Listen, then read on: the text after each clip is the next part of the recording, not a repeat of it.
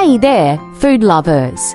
Today, we're going to whip up a delicious and easy meal, creamy garlic butter pasta. This recipe is perfect for a quick and satisfying dinner, and it's ready in just 15 minutes. So, let's get started. First, we need to cook our pasta. Boil a part of water and add a pinch of salt. Once the water is boiling, add your pasta and cook according to the package instructions.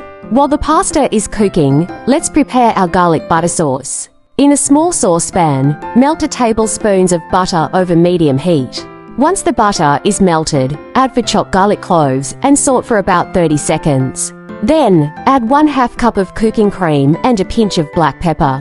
Give it a good stir and let it simmer for about 5 minutes or until the sauce thickens slightly. Now, let's assemble our pasta dish. Drain the cooked pasta and return it to the pot. Pour the garlic butter sauce over the pasta and toss to coat. If you're feeling fancy, you can top it off with some grated Parmesan cheese and fresh parsley. And there you have it, a scrumptious and easy to make creamy garlic butter pasta.